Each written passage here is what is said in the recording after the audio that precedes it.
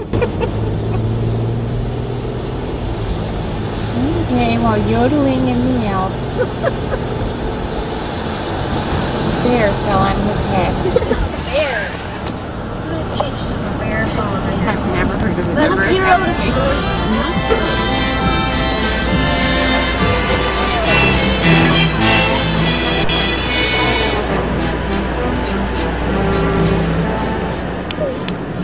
Well, this is our journey over to Aunt Jerry's.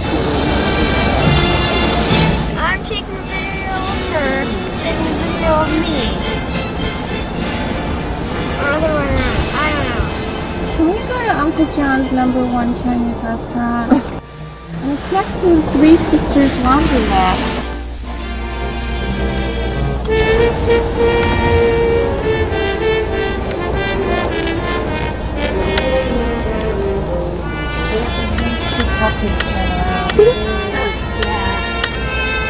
I can't even turn around in this car.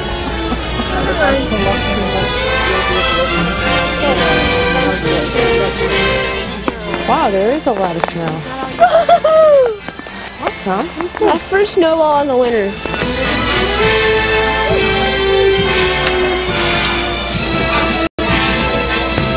Hi, Aunt Jerry. How are you? Good.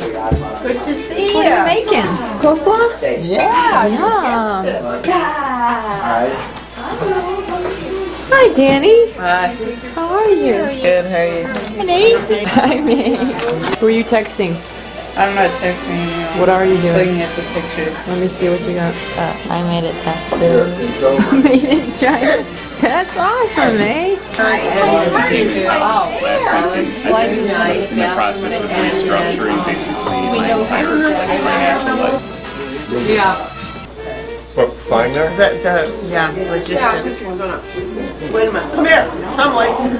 I mean, when we went back, it was like $25,000 or $30,000 more. In our family, somebody had a sense of humor. Can you each say your names and how you're related to one another? Starting with Aunt Jerry. But I'm not the oldest. Either you start with the youngest or the oldest. Oh yeah, and I thought she knew what she was doing.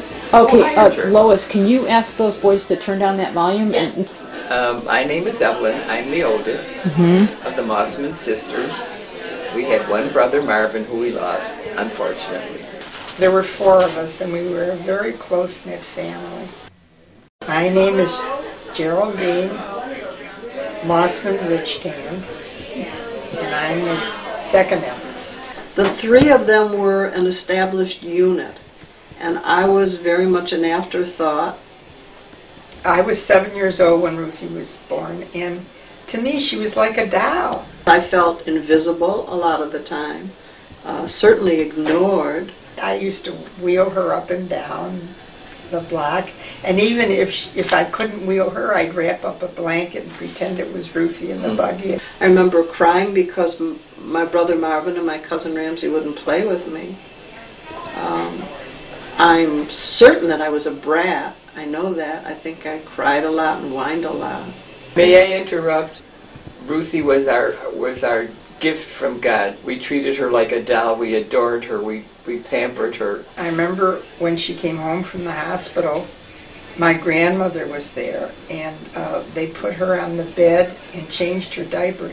And I was horrified because every little kid in the neighborhood was crowded around that bed to see our baby sister. And I thought, oh, they're seeing her naked. Nothing's changed.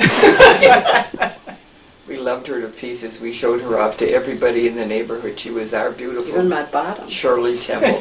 Our father and mother were not loving, warm. They weren't demonstrative. I don't feel that anybody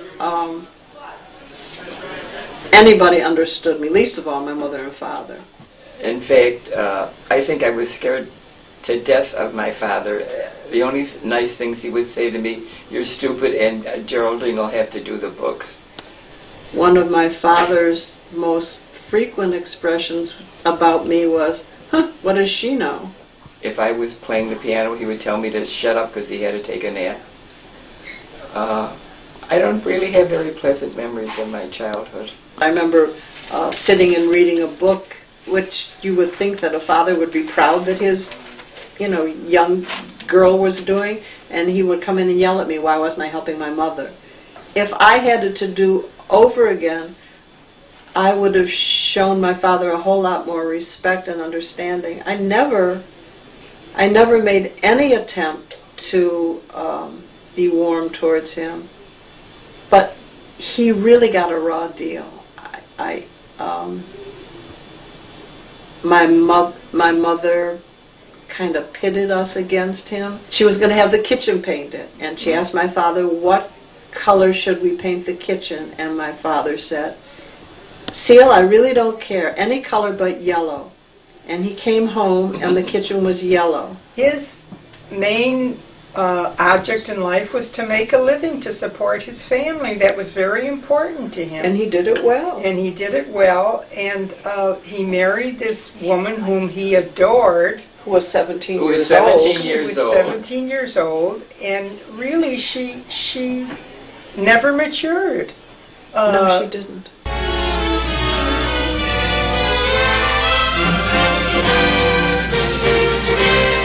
So how are you related to Aunt Jerry? She's my grandma. I'm Ruthie's oldest child. How are you related to Grandma Jerry? I'm her granddaughter.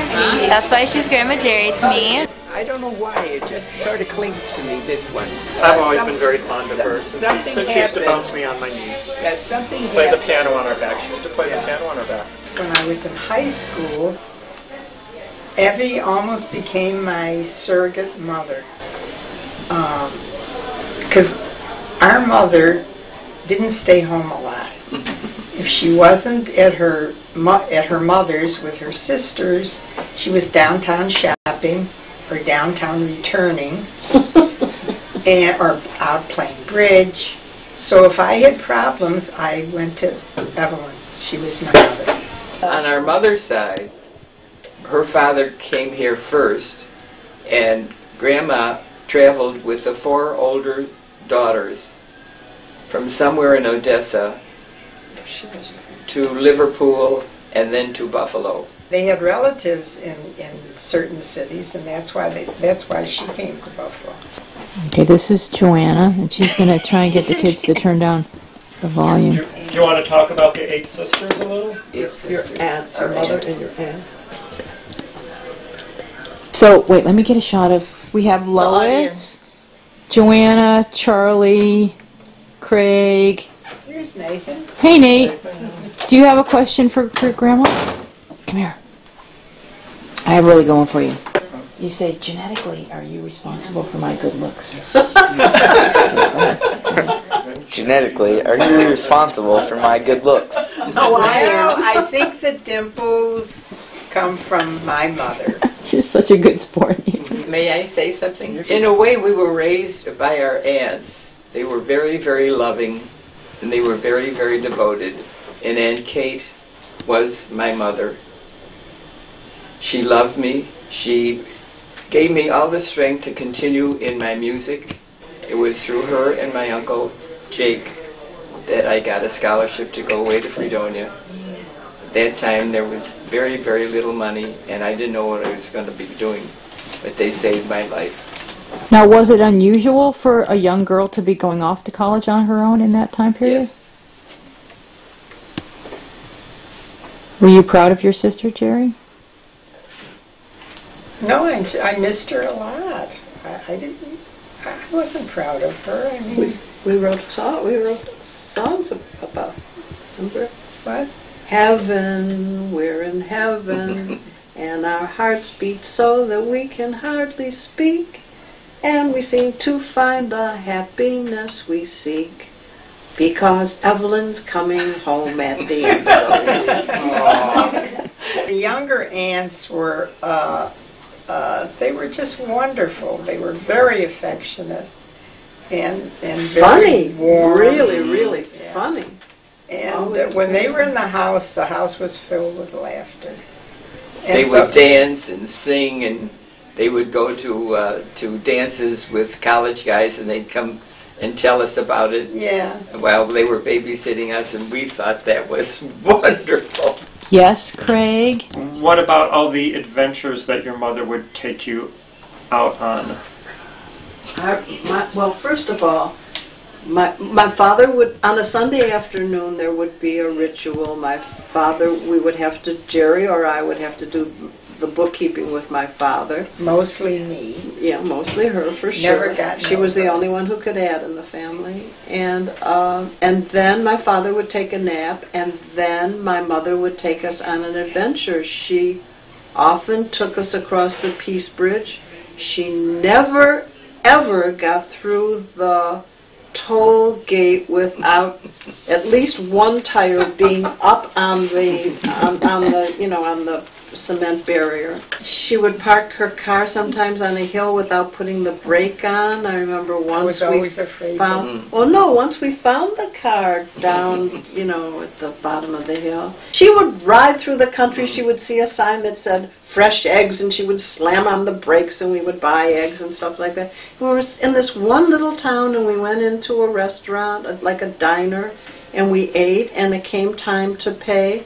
And she didn't have enough money. So she emptied, do you remember this at all? She emptied out her change purse, which was, I don't know how much short of whatever the bill was, and she said, come on, we're leaving, and we left the restaurant. And all the way home, I was sure the police would be following us for whatever the 30 cents or whatever it was she was short, but she was undaunted. It never fazed her. Yeah. I want to hear about Ramsey. Well, Ramsey was like our second brother. He was born in November and Marvin was born in December. And we raised him really because he was an only child. We raised him in our house. He was in our house constantly. Our house was always open to the whole family. That was another thing. We lived within walking distance of our three older aunts and all our cousins. And we could walk to our grandmother's house. So, is somebody crying? But with Ramsey, I never dated in high school. And my Saturday nights were spent with Marvin and Ramsey. We made fudge. The recipe was in the Book of Knowledge. And every Saturday night we made fudge, and it turned out terrible. One night it turned out beautifully, and we ate it all, and nobody would believe that finally we made fudge. One of my dearest memories of Marvin, we had a Victrola. In those days they were like a stand, and you lifted up the top, and there was a record that you would wind it up. And he would push a chair over. He loved music. Push a chair over, and he was maybe 7 or 8 years old, and would play a record. And I have pictures of him doing that. He was so adorable, and he was full of music. He really was very, very talented musically. Wrote some beautiful songs. Oh, he did. That box was Mother's, wasn't it? Yeah. It's beautiful. I That was love it. Didn't Daddy bring that from France? No, he got this filled with candy from a customer of his. I thought it came from, well, whatever. Anyway, Well, we're interrupted. No, but I just Can I go to the bathroom? Well, that's what she asked, whether there was anyone wanted a bathroom break. Yes, bathroom break. When? I didn't hear them. Oh, look. What's this? Sue, how are you related to Aunt Evelyn? Got it. You don't know me? Carrie? Yes. How are you related to Aunt Jerry? She is my mother. Tell me how you're related to Grandma Jerry. I am Grandma Jerry's son. So we were the exact place that Charlie and I drove to for our 2-day, day-and-a-half thing was hit. One of Ramsey's favorite remarks, where have your hands been? But the air is public. And the air is public. I was saying how we remembered when Ruthie you were sleeping in the back bedroom, and you put your foot through the window. I wasn't asleep at the time. My brother was Oh, about to hit me, and that's why I rolled over. And then Marvin. She was bleeding profusely. In fact, she cut off like a little chunk of skin. And Daddy was downstairs. Our father was home, our mother was not. And we were afraid to tell our father because all he would do would be to yell at us. So we waited. She's bleeding. We all knew that that's not something you tell your father. We waited till our mother came home. You could have bled to death. Then Marvin made that sign. Yeah. Or a poem. He wrote He wrote in my autograph book. My Ruthie, when upset, was nervous. She thought that her feet hurt her worst. For ere she put them out the window, now she wishes she'd opened it first. The years have passed much, much too quickly, but her feet in the window remain. So they hung up a sign on her toenail, this way to the corner of Maine. Now, can I ask, this is a controversial question, but I think in today's day and age we can ask it. It needs to be asked. Do you think that he went so far away because he was never going to be comfortable telling you that he's gay? Yes. And never be comfortable, what, Louise? Telling us that he was gay. Telling us that he was gay. He was dating a girl here in Buffalo when he left. He had dated her all that summer, and she was crazy about him. And the next step in their relationship was for him to propose to her. And he knew that, and he knew, I mean, now I know why, and that was why he left, and I know that she kept writing to him after he moved. The horrible thing was that Ramsey accepted and acknowledged the fact that he was gay. Oh, Evie, not for 100 years. I know, not for 100 years, but Marvin couldn't handle it. It went away, and it broke our hearts. But I mean, Ramsey never told us. We just knew it. We just knew it. We just accepted it. But that was long after Marvin had moved to California. Oh, yeah. I'm thinking, I wish I had used different words when I told him about Craig, because when I told him that Craig was gay, he said, "And how do you feel about that?" And I said, it's not my first choice, but I'm fine with it. I think the reason he couldn't come home, because in his heart, coming home would be telling his parents. And he could never have done that because he knew that they would never have been happy with that. But if Craig was already gay, Jerry, both his parents had been gone. Ruthie, even though your parents are dead, they still influence you. But you would have thought he would have been able to tell me in that moment. I don't know. Well, obviously he wasn't. He could never share anything with Mother and Dad. I mean, even that time, anything about. He really didn't share any aspect of his life aside from the whole. None of us shared anything with our mother or father. Are you kidding? No. But Marvin, remember that time he won something and the Bridge Club read it in the paper and started congratulating our parents, and Marvin had never even shared it with them. They were furious that the Bridge Club knew about it and he hadn't told them. Well, that was the biggest thing in their life, was the Bridge Club. And whose daughter was it that had all the boyfriends? Yeah. And they play bridge on Wednesday nights, and Thursday we would hear about how, and she went to this dance, and she wore that dress, and she was, like she was. They made us feel like we were the dumbest jerks in the world. Yeah. I was never beautiful. I would look in my mirror and I'm thinking, God, what a face, Well, sure. I can't figure out how guys even wanted to date me. I mean it. I tried very hard. I did everything to get Mother's attention and love. But I never felt that I wasn't, I certainly never had a lot of confidence. No way. But yet I never had that feeling that I was stupid or... Boy, I sure felt stupid. Because they kept telling me how stupid I was. I don't know. But I went through school on the honor roll. I don't think either one of them ever read my report card. I used to sign my own report card. They didn't care. Wouldn't you think they would say, oh, and I remember once showing my report card to Daddy, and I had like a 96 in math, and his comment was, how come not 100? Oh. Oh my God. And I mean, so I just stopped. Yeah. So it was my life, and I lived it, and if teachers praised me or something, I never came home and told them.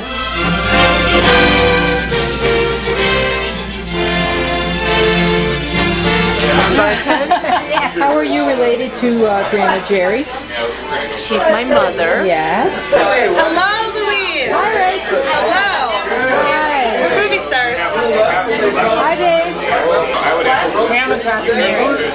As kids, one of the things that we loved was when they settled up. That was going to be my question. So I want to hear a story about that. Yeah. There has been a lot of settling up over the years, but the best time was when Art figured out the system. So what was that's it? right. Susan and Rachel were with us, but it was somebody's birthday. So some of us were taking someone out for their birthday, but one of us was paying for her daughter and granddaughter, and so Art divided it into 6. Do you remember? Fifth. It was fifth. I'm getting ready to go to lunch, and I said, I don't know how we're going to settle this. Abby has to pay for Susan and Rachel. Ruthie and I have to pay for Evie. And I mean, how are we going to do this? I said, you do it into fifths, and then Evie does 3/5, and Ruthie does 2/5, and I do 2/5. Rachel was rolling on the floor. She was. She actually was. And who said we never were going to use our fractions? Where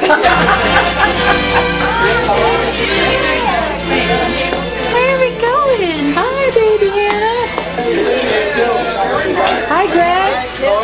Do you have any good Evelyn memories that you'd like to She's a great grandma. I love her. Good. How are you? How are you related to Ruthie? We're sisters. Right. I'm the 4th sister. Oh. Yeah. All right. Well, they never talked about you. I'm the 5th sister. Well, they never talked about me. Back to your parents. Can you think of ways that they did show their love to you and talk about that? Well, I think our dad felt he showed his love by supporting us in a good style. I mean, during the Depression, we did not suffer. You know, people always needed fruits and vegetables, and he was very proud. He paid cash for everything. He was a very honest man. I mean, that's something that I take great pride in. My father had tremendous honor and integrity. Yeah. My mother, she could kind of bend the rules a little bit, but it was cute. That, he was working with people in Tonawanda who I don't think ever knew what a Jew was, and he had a great trade. They were all very, very thrilled with him. He never had any trouble with any of his customers, which said a lot for him in those days, especially. Yeah. Did any of you experience any anti-Semitism? I didn't. We didn't. Of course, we lived in a completely Jewish neighborhood. This is our grandma. I don't know if you can. Pauline was her name. Pauline Person. That's quite an outfit she's got on there. Oh yeah. This is our mother as a young woman, who Lois favors very much. So does Jerry, as a matter of fact. Joanne. Yeah, Joanne does too. And when Amy was little, Amy was really impressed with her grandma. She said, when I grow up, I want to be strong like grandma so I can take my teeth out every night. She was a much better grandmother than wedding picture of our mother and our father. Oh, wow. And she's only 17? She was 17. And how old was he? When she was 18. Yeah. Well, he was 5 years older, so 17, I have to count. 17, 18, 19, 20. Thank you, Joanne. Were they in love? He was in love. I don't, He worshipped her. He was very much in love with her. I don't think The story was she worked in a shop where they made cheese and stuff, and he found her carrying the shishel, the bushel of cheese on the street, and fell in love with her, and followed her around and chased her until she decided to marry him. When he first found her, she was 15 years old. He worshipped her. She was 15? Yes. I didn't know that. He- Who told you that? Either Aunt Kate or somebody told me. 2 years. How did she feel about him? I don't know. I don't know. I thought she was devastated when he died. She Oh, was. yes. She Yes, she was, yeah. But theirs was not a happy marriage. But I wouldn't list it as an unhappy marriage by today's standards. I mean, he wasn't a womanizer. This is our grandmother seated here. Those are all the girls? And the eight girls. Can you name them? Yes, I can. This is Goldie. Here's my mother, Celia. Rose. That's Kate. Mildred. Betty, one of the twins. Ella, the other twin, non-identical twins, of course. And Sylvia. The baby. Left already. How are you related to Ruthie, Jerry, and Evelyn? Cousins. All cousins.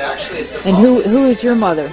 Millie. And Jenny, how are you related to the Mossmond Girls? My grandmother, she was Grandma Sylvia, the youngest one, and she had 2 daughters, Paula and Elaine, and I am Paula's daughter. Oh my gosh. There's Paula. I hope Joanne thanked you. There's Paula and Mikey and me. So Sylvia with the baby. So that's your mother. Let me get close on your mother. This is my mother. Seal. Cute. And our grandfather died in the flu epidemic in 1918.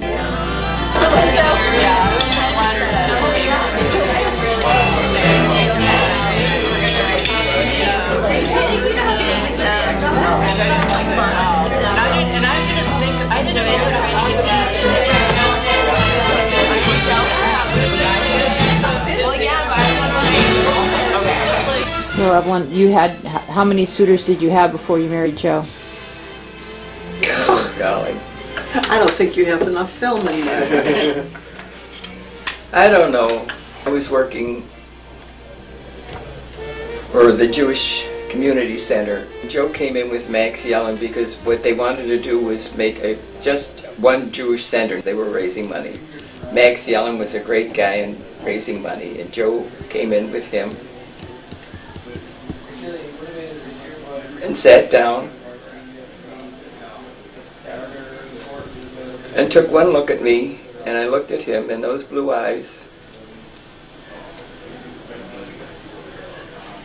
blew me away, and that was it. That was it. And when did you meet Uncle Art? We had this group that at the Jewish Center. We did folk dancing. We went skiing together. We went played badminton together. So we're all at Faye's house, and Art comes, and gee, he seemed nice, nice sense of humor. We were laying all over the floor listening to records, and we decided that, boy, he'd be perfect for Phyllis.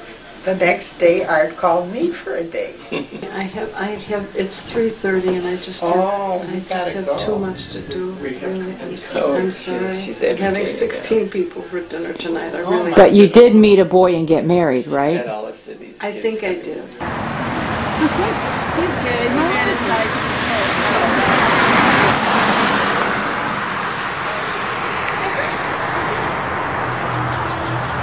This is Tristan Lane, street we grew up on. That is our house. And we are visiting with the Gramps. The youngest of his is 11. When I was at home, I was shuffling off to Buffalo. Now I go back to Rochester. Now to Buffalo. Yeah, say hi to your mom.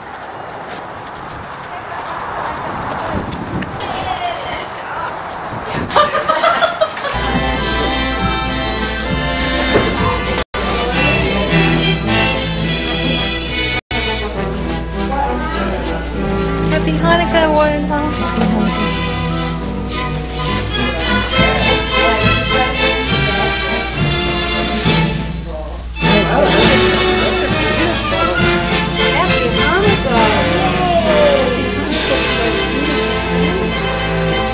Let's go spy on Joanne with the camera.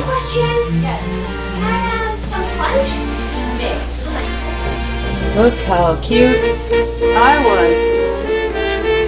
Aww. Baby Amy.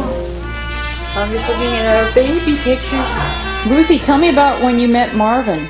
I was out with Lou Raccoon. On a date? On a date, and Marvin Palanker was with Janie Sang. Anyway, one of the highlights of the Stuyvesant Hotel is on the back of the ladies' room door. So that as you were leaving the ladies' room and you would open the door, you would see the sign that said, ladies, please refrain from dancing with each other. You're kidding. I'm not. Wow. But at any rate, Marvin Palanker made zero impression on me. But I was very much surprised when he called a short time later and asked me out on a date. And because you had made an impression on him. I told him I was busy, and then he said, are you busy? Can we go out next Saturday night? I said I was busy. Then he asked me out for the following Saturday night. I said I was busy. And he asked me out like 3 weeks in advance on Saturday. I said I was busy, and it was like, well, how about 4 weeks from Tuesday? I mean, like, what are you going to say? So I went out with him. And I did not like him. And when I came back and everyone was telling me how anxious he was to see me, I kept saying, I'm not interested. If he calls, I'm going to tell him there's no way. I can't stand him. And he called on the phone, and have you ever done something where it's not your head doing something, it's the head of whoever's right next to you? I answered the phone, and he said, are you busy tonight? And I said, I'm babysitting for my sister. Do you want to come over? I was like, who said that? And when Evie and Joe lived in an upper flat on Summer Street, and I was babysitting Susan, and he rang the doorbell, and I buzzed him in, and he walked up the stairs, and I thought, oh my God. Because when I left for California, I could not stand him, and when I saw him for the first time when I came back from California, I thought, he was like Mr. It. Well, what changed? I have no idea. Well, thank you for marrying him, because we're all happy to be here. Yeah. And we liked him a lot. Nicely done. We liked him a whole lot. It turned out to be the best decision I have ever made in my life. But I don't know if that's good.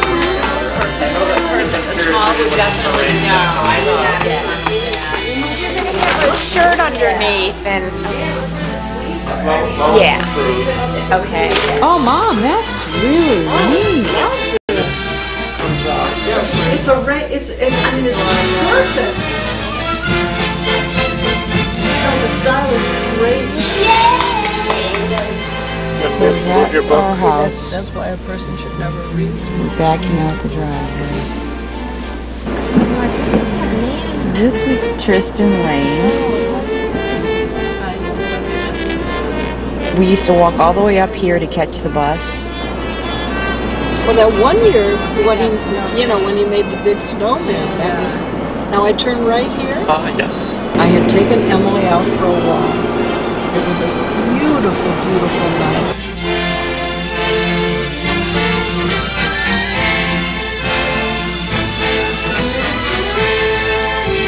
Hi, Aunt. Hi, darling. Take a look at that kitchen. Show me around. Oh.